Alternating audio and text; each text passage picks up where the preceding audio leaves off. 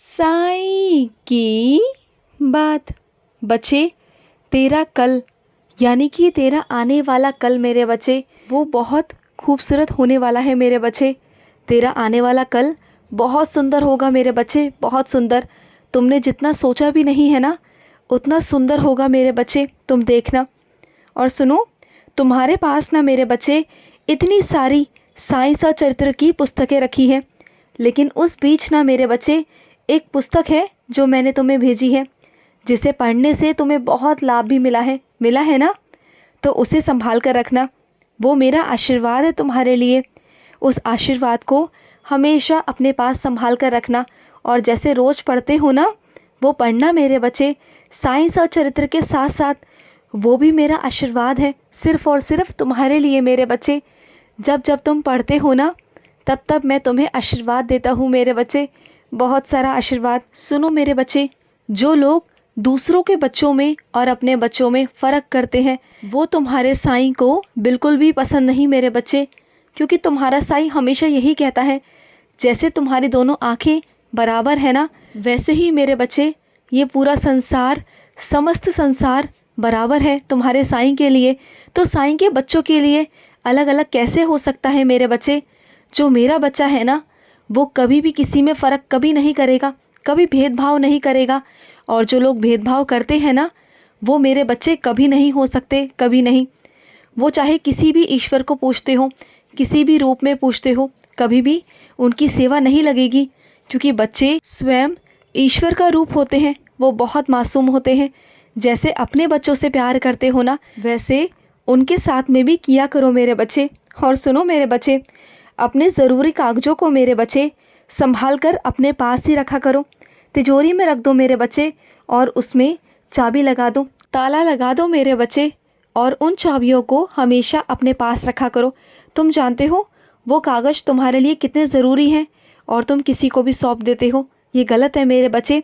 अपने कागज़ों को अपने पास ही रखा करो। और सुनो, जिनसे तुम प्रेम विवाह करना चाहते हो ना तो खुशखबरी है तुम्हारे लिए मेरे बच्चे, बहुत जल्द तुम्हारा प्रेम विवाह होगा मेरे बच्चे, बहुत जल्द। और वो भी तुम्हारे साईं के आशीर्वाद से मेरे बच्चे। तुम्हारा साईं भी वहीं उपस्थित रहेगा तुम्हारे फेरों में मेरे बच्चे। मैं वहीं रहूँगा तुम्हारे पास, तुम्हें आशीर्वाद भी दूंगा मेरे बच्चे, बहुत सारा आशीर्वाद दूंगा। और सुनो, यातायात में बहुत सारे लोग हैं जिन्हें परेशानी होती है आने जाने में, लेकिन तुम्हें कभी नहीं होगी मेरे बच्चे, कभी नहीं होगी। तुम्हें यातायात में कभी कोई परेशानी नहीं आएगी।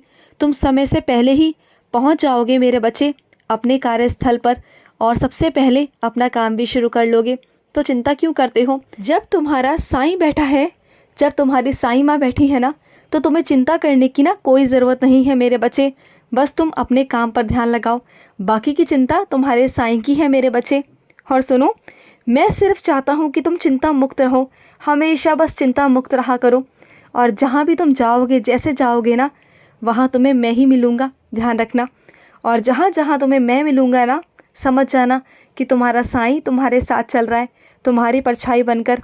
और सुनो, कुछ मेरे बच्चे चाहते हैं कि अपने साईं की दिल की धड़कनें सुनना। तो सुनो, तुम्हारे घर में जो मेरा स्वरूप है ना उसमें कभी कान लगाकर सुना तुमने? नहीं सुना, कभी सुनना। तुम्हें मेरी धड़कने की आवाज़ आएगी, दिल के धड़कने की तुम्हें आवाज़ आएगी, तुम्हें एहसास होगा कि तुम्हारा साईं उसी स्वरूप में विराजित है मेरे बच्चे। तुम देखना मेरे बच्चे। और अपने कुछ बच्चों से कहना चाहता हूँ कि बहुत दिनों से कुछ मेरे बच्चों ने मेरा अभिषेक नहीं किया मेरे बच्चे, पंचामृत से अभिषेक नहीं किया। उन्होंने शुरुआती दौर में ही किया था लेकिन अब नहीं किया। तो सावन के बहुत अच्छे दिन हैं मेरे बच्चे, चाहो तो तुम कर सकते हो मेरे बच्चे, करो। मैं चाहता हूँ कि तुम मेरा अभिषेक करो मेरे बच्चे। और सुनो, जो तुम मेरे आगे धूप बत्ती या अगरबत्ती लगाते हो ना मेरे बच्चे, जो उसकी राख होती है ना उसे यूं ही मत जाने दिया करो मेरे बच्चे। वो राख तुम्हारी उदी है मेरे बच्चे। अगर तुम वो मेरे नाम से जलाते हो ना, वो मेरे नाम से जलती है, तो उस राख में भी मैं हूँ, मेरा आशीर्वाद है मेरे बच्चे। उसे एक जगह रख दिया करो और उसे ही इस्तेमाल किया करो उदी के स्वरूप में मेरे बच्चे। उसका टीका लगाया करो और जल में डालकर खुद भी पिया करो और अपने परिवार में भी पिलाया करो मेरे बच्चे। और सुनो मेरे बच्चे, जो भी तुम्हारे घर में खाना बचता है, रोटी बचती है ना मेरे बच्चे, उसे यूं ही व्यर्थ मत जाने दिया करो। तुम जानते हो वो अगर तुम्हारे घर में खाना बचता है ना, तो इसका मतलब मेरा संकेत है कि किसी की आत्मा को तुम्हें तृप्त करना है, और वो सेवा मैं तुम्हें देता हूँ। इसलिए तुम्हारे घर में जो खाना बचता है वो किसी की आत्मा की तृप्ति के लिए बचता है मेरे बच्चे। तुम्हारे हाथों से सेवा लेना चाहता हूँ मैं, इसलिए ऐसा होता है। और तुम क्या करते हो, तुम फेंक देते हो। फेंकने से अच्छा मेरे बच्चे किसी जीव जंतु को दो, उसे दो जिसकी आत्मा तृप्त हो। तुम जानते हो जो बेजुबान जानवर होते हैं ना, जो वो तुम्हें दुआ देंगे ना, उसकी दुआ सीधा मेरे चरणों में आती है, और वो दुआ का आशीर्वाद मैं तुम्हें देता हूँ मेरे बच्चे। तुम्हारे परिवार पर, तुम्हारे घर पर, तुम पर इतनी कृपा बरसती है ना जो तुम सोच भी नहीं सकते मेरे बच्चे। तुम जाने अनजाने बहुत पुण्य कमा जाओगे मेरे बच्चे, बहुत सारा तुम्हें पुण्य प्राप्त होगा, बहुत सारा मेरे बच्चे। और सुनो, मैंने आज देखा मेरे बच्चे, तुम जिस श्रद्धा से, विश्वास से मेरी पूजा करते हो ना, आज देखा मैंने तुम्हें, तुम इतनी श्रद्धा से, भाव से मेरी पूजा करते हो, मेरे पाठ करते हो। मुझे बहुत अच्छा लगता है मेरे बच्चे, बहुत अच्छा लगता है। और आज जो पूजा करते समय तुमने मुझसे कहा ना, जो अपनी इच्छा प्रकट की वो ज़रूर पूरी होगी मेरे बच्चे, ज़रूर पूरी होगी। और सुनो, आज जो वस्त्र पहनकर तुमने दर्शन देने को कहा है ना, वो वस्त्र आज मैं पहन कर आऊँगा, देखना। और सुनो मेरे बच्चे, एक बात तुमसे कहना चाहता हूँ, जो तुम्हारा आस पड़ोस है ना मेरे बच्चे, उनसे उतना ही रखा करो जितना की ज़रूरत है मेरे बच्चे। क्योंकि तुम्हारे आस पड़ोस में कुछ ऐसे लोग हैं मेरे बच्चे जो तुम्हारी बातों को पीठ पीछे तुम्हारा मजाक बनाते हैं, तुम्हारे बारे में उल्टा सीधा कहते हैं। तुम्हारे सामने वो कुछ नहीं कहते, तुम्हारी सुन लेते हैं, तुम्हें हमदर्दी दिखाते हैं, लेकिन मेरे बच्चे तुम्हारे पीठ पीछे तुम्हारे बारे में बुराइयां करते हैं, तुम्हारे बारे में मजाक उड़ाते हैं।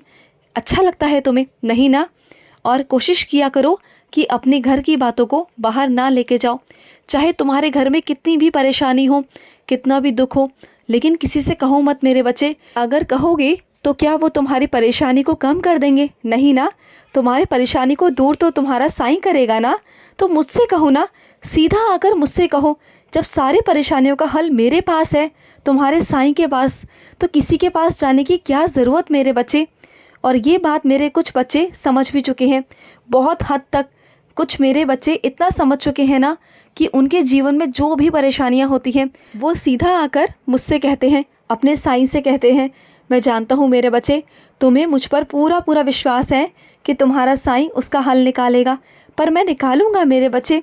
तुम क्यों चिंता करते हो? तुम्हारा साईं है, मैं सब निकाल दूंगा मेरे बच्चे, सब निकाल दूंगा। और सुनो, कोई भी कानूनी दस्तावेज पर मेरे बच्चे हस्ताक्षर बिना पढ़े मत कर देना मेरे बच्चे। पहले उसे अच्छे से पढ़ना, अगर पढ़ नहीं सकते तो किसी और से पढ़वाना, लेकिन बिना पढ़े, बिना समझे उस पर हस्ताक्षर मत करना मेरे बच्चे, क्योंकि तुम्हारे लिए नुकसानदायक हो सकता है, समझे ना? और सुनो मेरे बच्चे, पुरानी बातों को, पुरानी यादों को भूल जाओ मेरे बच्चे। उसे याद कर कर रोने से, सोचने से कुछ नहीं होगा मेरे बच्चे। इसलिए अपनी ज़िंदगी में आगे बढ़ो, जो आगे देने जा रहा हूँ उसे लो और खुशी से रहो मेरे बच्चे। पीछे जो बीत गया उसे छोड़ो, जाने दो मेरे बच्चे, जाने दो। खुश रहो मेरे बच्चे, हमेशा खुश रहो। आज का रात्रि साई संदेश समाप्त हुआ।